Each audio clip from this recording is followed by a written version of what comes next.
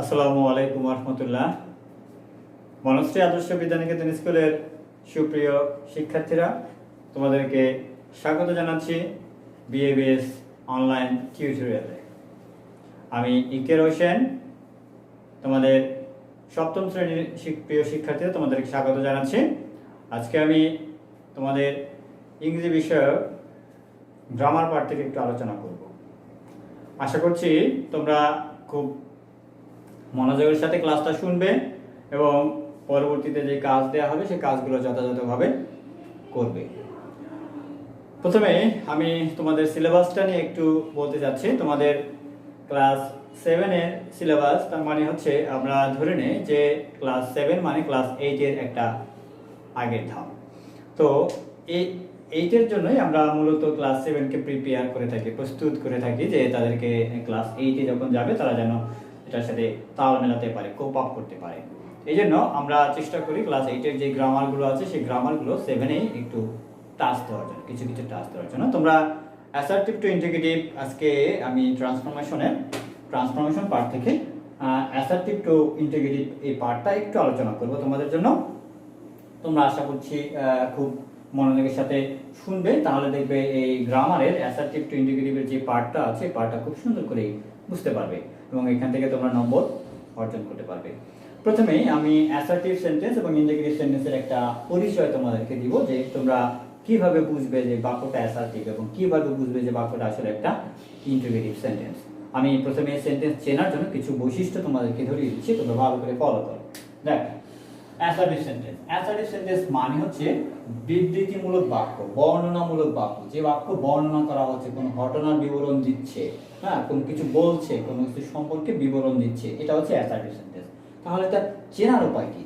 চেনার উপায় হচ্ছে এরকম, যে এই অ্যাসার্টিভ সেন্টেন্সে সাধারণত আমরা সাবজেক্ট প্রথমে থাকে, এরপরে ভার্ব থাকে। তাহলে subject plus verb plus object. এই অবজেক্টটা মুখ্য বিষয় না, যদি অবজেক্ট থাকে তো থাকলো, না থাকলে নাই। তবে এখানে মুখ্য বিষয় হচ্ছে সাবজেক্ট এবং ভার্ব আছে কিনা, প্রথমে সাবজেক্ট এবং এরপরে ভার্ব আছে কিনা, তাহলেই আমরা বুঝতে পারি এটা একটা অ্যাসার্টিভ সেন্টেন্স এবং এরপরে অবশ্যই একটা ফুল স্টপ থাকবে, এটা। আর ইন্টিগ্রেটিভ সেন্টেন্স চেনার উপায় হচ্ছে, ইন্টিগ্রেটিভ সেন্টেন্স কিন্তু আমরা খুব সহজে চিনতে পারি। ইন্টিগ্রেটিভ সেন্টেন্স কিন্তু সাধারণত প্রশ্নবোধক বাক্য থাকলে আমরা বুঝে ফেলি যে আসলে এটা একটা ইন্টিগ্রেটিভ সেন্টেন্স। তাহলে ইন্টিগ্রেটিভ সেন্টেন্স কিন্তু দুই ভাগে হয়। ইন্টিগ্রেটিভ সেন্টেন্স গুলো দুই ভাগে হয়, একটা হচ্ছে ডাব্লিউএস ওয়ার্ডস দ্বারা, আরটা হচ্ছে ডাব্লিউএস ওয়ার্ড ছাড়া। কখনো কখনো শুধু অক্সিলারি ভার্ব দ্বারা হয়, আর কখনো কখনো WH word plus auxiliary verb দিয়ে হয়। তাহলে এভাবে ইন্টিগ্রেটিভ সেন্টেন্স এবং ইন্টিগ্রেটিভ সেন্টেন্সে আমরা শেষে জানি যে অবশ্যই একটা ইন্টিগ্রেটিভ সাইন থাকে। এভাবে আমরা সেন্টেন্সটা খুব সহজেই চিনতে পারি। তাহলে অ্যাসার্টিভ সেন্টেন্স থেকে এই ইন্টিগ্রেটিভ সেন্টেন্সগুলো কিভাবে আমরা চেঞ্জ করে থাকি, কিভাবে রূপান্তর করে থাকি, সেই রূপান্তরের নিয়মগুলো আমরা সম্পর্কে আজকে একটু আলোচনা করব। তোমরা ভালো করে ফলো করো। তাহলে চলো আমরা প্রথমেই অ্যাসার্টিভ ইন্টিগ্রেটিভের রুলসগুলোতে একটু যাই। তাহলে অ্যাসার্টিভ ইন্টিগ্রেটিভের রুলসগুলোতে আমাকে প্রথমে যেতে হলে, প্রথমে যেটা করতে হবে, আমাকে প্রথমে এই ভার্ব সম্পর্কে একটু জানতে হবে। আমি এই পাশে খেয়াল করো, দেখো ভার্ব সম্পর্কে একটু জানতে হবে। ভার্বের বিষয়টা কি? ভার্ব হচ্ছে ক্রিয়া, যা কাজ করা বোঝায়। খাওয়া, বলা, ঘুমানো, যাওয়া, এই সব কিছু কিন্তু ভার্বের আওতার মধ্যে পড়বে। যদি দেখো ভার্বের বিষয়টা একটু জেনে নিলে আমাদের এই অ্যাসার্টিভ ইন্টিগ্রেটিভ পড়াটা সহজ হবে। কিরকম? যেমন ভার্ব হচ্ছে প্রধানত দুই প্রকার, একটা হচ্ছে অক্সিলারি ভার্ব, আরটা হচ্ছে প্রিন্সিপাল ভার্ব। আর অক্সিলারি ভার্ব এবং প্রিন্সিপাল ভার্বের মধ্যে পার্থক্য হচ্ছে যে অক্সিলারি ভার্ব নির্দিষ্ট, কারণ এই অক্সিলারি ভার্ব হচ্ছে প্রিন্সিপাল ভার্বকে সাহায্য করে, এজন্য এটার নাম হচ্ছে অক্সিলারি ভার্ব। তাহলে am, is, are, was, were, এবার can, could, may, might, shall, should, এরকম অনেক অক্সিলারি ভার্ব আছে, কিন্তু এটা নির্দিষ্ট। আর প্রিন্সিপাল ভার্ব হচ্ছে অনির্দিষ্ট, অসংখ্য, অগণিত। তাহলে প্রিন্সিপাল ভার্ব হচ্ছে বাক্যে প্রধান ভূমিকা পালন করে, আর অক্সিলারি ভার্ব হচ্ছে বাক্যে প্রিন্সিপাল ভার্বকে সহায়তা করে। তাহলে এই দুইটা ভার্বের প্রকারভেদ রয়েছে, এই দুইটা ভার্ব সম্পর্কে আমরা একটু ভালো করে জেনে রাখতে হবে। তাহলে চলো আমরা অক্সিলারি ভার্ব থাকলে কি হবে সেই বিষয়টা একটু দেখে নিই। তোমরা দেখতে পাচ্ছ যে আমি প্রথমেই বলেছি যে অক্সিলারি ভার্ব থাকলে, যদি অক্সিলারি ভার্ব থাকে তাহলে কি করব? প্রথমে আমরা অক্সিলারি ভার্ব থেকে বসিয়ে নিব। অক্সিলারি ভার্বের পরে এখন আসলে নট, এই যে নটের ব্যবহারটা আছে, এই নটের ব্যবহারটা হচ্ছে এখানে আমরা আলোচনা করেছিলাম যে নট যোগ করতে হলে অবশ্যই তোমাকে অক্সিলারি ভার্ব লাগবে। তার মানে বাক্যে নট যুক্ত হবে কিনা তোমাকে সেটাকে কনফার্ম হতে হবে।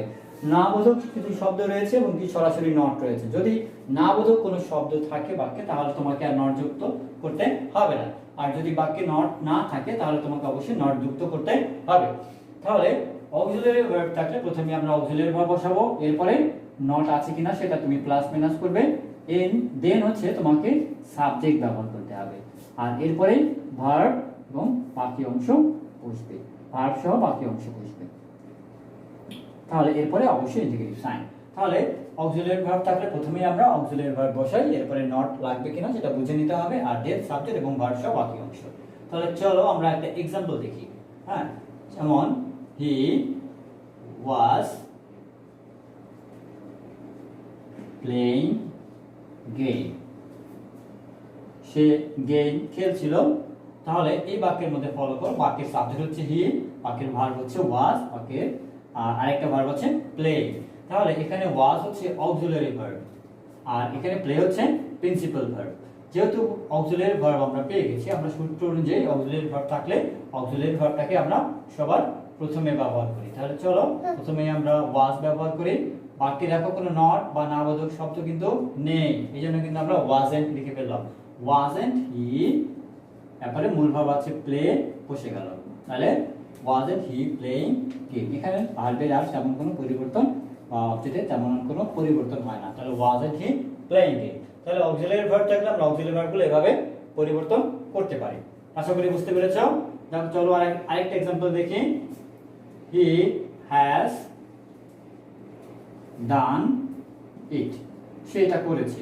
দেখো এই বাক্যের মধ্যে হ্যাজ হচ্ছে অক্সিলারি ভার্ব আর ডান হচ্ছে মূল ভার্ব। যেহেতু অক্সিলারি ভার্ব আছে হ্যাজ, তাহলে আমরা প্রথমেই হ্যাজ ব্যবহার করি।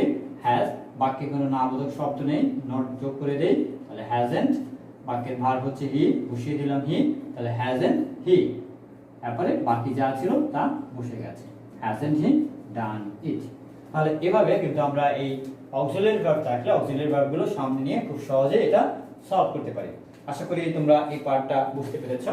এবার আসো, যদি অক্সিলারি ভার্ব না থাকে তাহলে কি করব? যদি দেখি কোনো বাক্যে অক্সিলারি কোনো ভার্ব নেই, যদি অক্সিলারি ভার্ব না থাকে সেই ক্ষেত্রে আমাদের প্রশ্ন হচ্ছে অক্সিলারি ভার্ব না থাকলে, তাহলে আমরা এখানে নাটা যদি অ্যাড করে দেই যে অক্সিলারি ভার্ব না থাকে, তাহলে অক্সিলারি ভার্ব যদি না থাকে তাহলে আমাকে কি করতে হবে? তাহলে কিন্তু আমাকে অবশ্যই ডু অথবা ডাস অথবা ডিড ব্যবহার করতে হবে। এখন আসো, ডু কখন, ডাস কখন, আর হচ্ছে ডিড কখন। আমরা ডু ব্যবহার করি যখন দেখি V1 আছে, ডাস ব্যবহার করি যখন দেখি V1 এ আছে কিন্তু এর সাথে এস বা এস যোগ আছে, তখন আমরা সাধারণত ডাস ব্যবহার করি। আর ডিড ব্যবহার করি সাধারণত ভার্বের টু থাকলে। এভাবে আমরা ডু অথবা ডাস অথবা ডিড এর ব্যবহারটা শিখে নেব। তাহলে সাধারণত প্রেজেন্ট টেন্স ডু অথবা ডাস, পাস্ট টেন্সের জন্য আমরা ডিড ব্যবহার করি। এভাবে ভালো করে মনে রাখার চেষ্টা করবে। তাহলে অক্সিলারি ভার্ব থাকলে প্রথমেই আমাকে ব্যবহার করতে হবে হয় ডু অথবা ডাস অথবা ডিড। দেন নট এর ব্যবহার তোমাদের আগে বলেছি, বাক্যে নট আছে কিনা সেটা দেখে নেবে, নট থাকলে আর দেয়া লাগবে না। দেন সাবজেক্ট, এবং এরপরে কিন্তু খেয়াল রাখার বিষয়, এই জায়গাটা তোমরা ভুল করো অনেক সময়, যে এখানে আমরা V1 ব্যবহার করব, কারণ ডু ডাস অথবা ডিড যেটাই ব্যবহার করি না কেন এরপরে কিন্তু আমাকে অবশ্যই মূল ভার্বটা V1 এ দিতে হবে, এবং এরপরে অবজেক্ট সহ বাকি অংশ দিবে যা থাকবে, এরপরে কোশ্চেন মার্ক। তাহলে একটা एग्जांपल চলো একটা एग्जांपल করে দেখি। যেমন হি প্লেড ফুটবল, তাহলে সে ফুটবল খেলেছিল। তাহলে সে ফুটবল খেলেছিল, দেখো এখানে এই বাক্যের মধ্যে ভার্ব হচ্ছে প্লেড, আমরা ভার্ব পেয়ে গেছি। ভার্বটা কিন্তু আছে V2 তে, যেহেতু এটা V2 তে আছে, দেখো আমাদের সূত্র মতো V2 তে, তার মানে ব্যবহার করতে হবে ডিড। তাহলে প্রথমে আমরা ডিড ব্যবহার করি, ডিড। এখন দেখো বাক্যের মধ্যে কোনো নট বা নামবোধক শব্দ কিন্তু নেই, বিধায় নট যোগ করে দিলাম ডিডেন্ট। তারপরে ভার্ব সাবজেক্ট বসিয়ে দিলাম হি। এখন আসে যে ভার্ব আছে, ভার্বটাকে আমি কোন ফর্মে ব্যবহার করব? কারণ ডিড ব্যবহার করেছি, ডিড ব্যবহার করার কারণে এখন এই যে ভার্বটা প্লেড, এটা হয়ে যাবে শুধু প্লে। তাহলে ডিডেন্ট হি প্লে, এরপরে বাকি অংশ ছিল যা বসে গেল, ডিডেন্ট হি প্লে ফুটবল, বসে গেল। আশা করি বুঝতে পেরেছো যে এখানে ডিড বসেছে কারণ এখানে ভার্বের টু ছিল। এবার চলো আরেকটা করে দেখি। হি নোজ মি, তাহলে এই বাক্যের মধ্যে দেখো মূল ভার্ব আছে প্রেজেন্ট ফর্মে, কারণ ভার্বের সাথে এস বাই এস যোগ রয়েছে। যেহেতু ভার্বের সাথে এস বাই এস যোগ রয়েছে, তার মানে প্রথমে আমি ডাজ ব্যবহার করতে পারি। ডাজ, বাক্যে কোনো নামবোধক শব্দ নেই, তাহলে নট যোগ করি ডাজেন্ট। এরপরে আছে ভার্ব সাবজেক্ট হি বসিয়ে দিলাম। এখন তুমি ডাজেন্টের যেহেতু ব্যবহার করেছো, এখন এই নো এর কোন ফর্ম দিতে হবে? যেহেতু নোস আছে, এটাকে দিতে হবে শুধু নো, কারণ প্রেজেন্ট ফর্ম নিয়ে নিতে হবে, শুধু ভার্বের বেস ফর্মটাই বসবে। তাহলে ডাজেন্ট হি নো, তারপরে বাকি অংশ ডাজেন্ট হি নো মি। তোমরা আশা করি বুঝতে পেরেছো যে অক্সিলারি ভার্ব না থাকলে তখন আমরা কি করব? ডু, ডাস অথবা ডিড দিয়ে প্রশ্নবোধক বাক্যগুলোকে সাজাবো। তাহলে এভাবে আমরা ডু, ডাস অথবা ডিড দিয়ে প্রশ্নগুলো সাজিয়ে নিব, তাহলে খুব সহজে এগুলো আনসার করা যাবে। তাহলে আমরা দুটো রুলস কিন্তু ক্লিয়ার করে ফেলেছি, অক্সিলারি ভার্ব থাকলে, অক্সিলারি ভার্ব না থাকলে। আমরা দুটো রুলসই কমপ্লিট করেছি। এবার চলো আমরা আরেকটা রুলসে যাই, যেখানে আমাদের থাকবে